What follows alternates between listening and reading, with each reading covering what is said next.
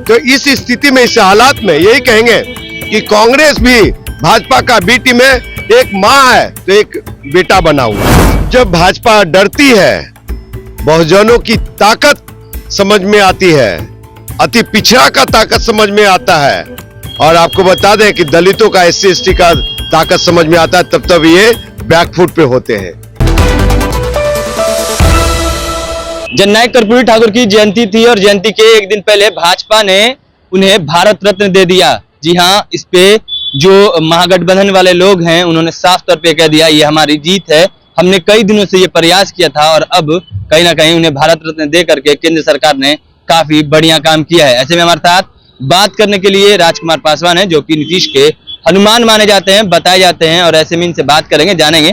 क्या जी, भारत रत्न तो जननायक कर्पूरी ठाकुर को मिल गया, क्या तमाचा लगा आप लोगों को? अच्छी बात है, स्वागत योग्य है। और जब जब भाजपा डरती है, बहुजनों की ताकत समझ में आती है, अति पिछड़ा का ताकत समझ में आता है, और आपको बता दें कि दलितों का, SC ST का ताकत समझ में आता है, तब ये बैकफुट पे होते हैं। इनको कुर्सी जाने का बहुत डर होता है और कुर्सी बचाने के लिए कुछ भी करेगा। भारत रत्न दिया गया जननायक कर्पूरी ठाकुर जी को, स्वागत योग्य है, लेकिन अभी तो ये झांकी है, आगे अभी बहुत सारे महान पुरुषों को भारत रत्न देना पड़ेगा। ये नरेंद्र मोदी साहब, ये मत समझिए कि 24 का दंगल आप भारत रत्न पे जीत जाइएगा, राम मंदिर पे जीत जाइएगा, और आप जो सोच रहे हैं कि हम ही सबसे बड़े अति पिछड़ा का हितैषी है, वो अति पिछड़ा समझ रहा है।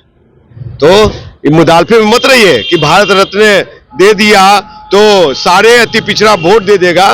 उस समय कहीं ना कहीं भारत रत्न दे करके तो अति पिछड़ा के मुंह में आवाज दिया ना।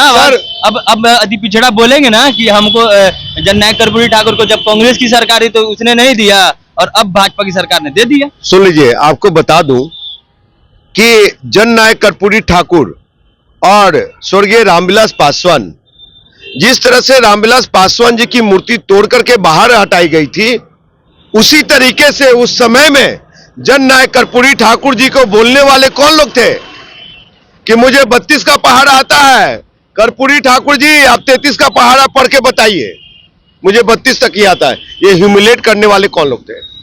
जो लोग कहते हैं कि कर्पूरी ठाकुर को मुख्यमंत्री हम बनाए। कल उनको बोल रहे थे, वो आज उन्हें भारत रत्न दिया तो सही, कांग्रेस की सरकार थी, कहाँ दी कांग्रेस साहब?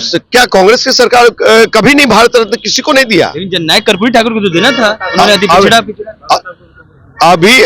अभी सरकार है किसकी है?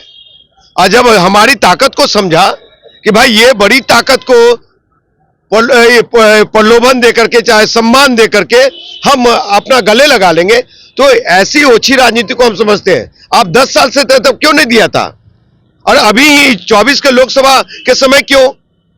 आप राम मंदिर का भी प्राण प्रतिष्ठा करने गए तो अभी चुनाव से पहले क्यों? रामनवमी में क्यों? ये मैं नहीं कर रहा हूं, मैं वो बाबा का बाबा का क्या नाम है भैया? वो शंकराचार्य जी, हाँ, आचार्य शंकराचार्य जी।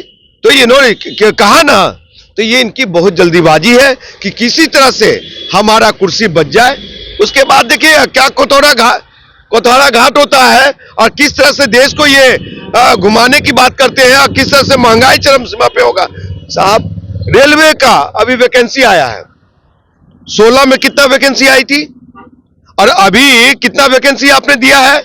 जो 2 करोड़ रोजगार देने वाले लोग हैं, और आज कितना 5000 वैकेंसी, 5600 कुछ, लगभग 6000 मान लीजिए। क्या इतनी वैकेंसियां हैं क्या? लाखों सीट खाली है। कहां? रेलवे में 3.5 लाख सीट खाली है। आपको 3 लाख सीटें? साहब 3 लाख से ऊपर तो सिर्फ रेलवे में है सर, दूरसंचार में है, लगभग नहीं भी तो बता दें कि 10-12 लाख वैकेंसी खाली है।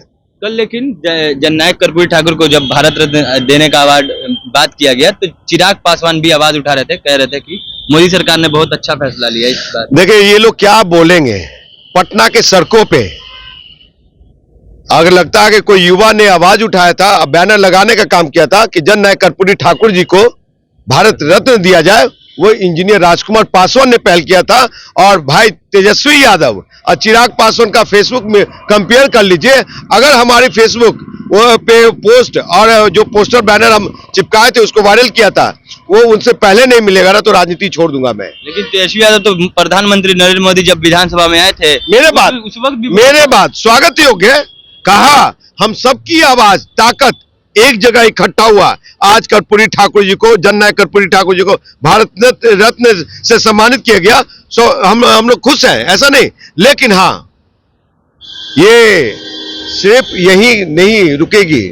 अब जो कर्पूरी ठाकुर जी की सरकार में मुंगेरी लाल उर्फ मुंगेरी पासवान, जो जिन्हें मुंगेरी लाल के हसीन सपने बोला जाता था। जी हाँ, मुंगेरी लाल के हसीन सपने, उन्होंने 128 जातियों को संग्रहित किया, उनका रहन सहन पैमाना को मापा और उस सरकार में वो जो रिपोर्ट सौंपे, उस रिपोर्ट के आधार पे जननायक कर्पूरी ठाकुर जी ने बिहार में 3% सवर्णों को आरक्षण दिया, ये 3% महिलाओं को दिया, 26% ओबीसी को दिया और भी जो जातियां को मिला है। और सुनिए, मुंगेरी लाल जो है कि दलितों के सेल्फ डिफेंस के लिए, यानी कि आत्म सुरक्षा के लिए ये हथियार का प्रोविजन लाया था, उनको लाइसेंसी बंदूक दिया जाए।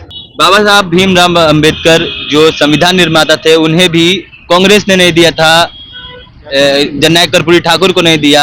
आप जिस काशीराम की बात कर रहे हैं उन्हें नहीं दिया, तो कांग्रेस को कैसे भरोसा आप लोग करते हैं? कांग्रेस देखिए, कांग्रेस से आजादी के बाद से जो लड़ाई लड़ी और जिस तरह से गरीब शोषित वंचितों को, खास करके दलितों SC/ST को उन्होंने यूज करने का काम किया है, यूज एंड थ्रो।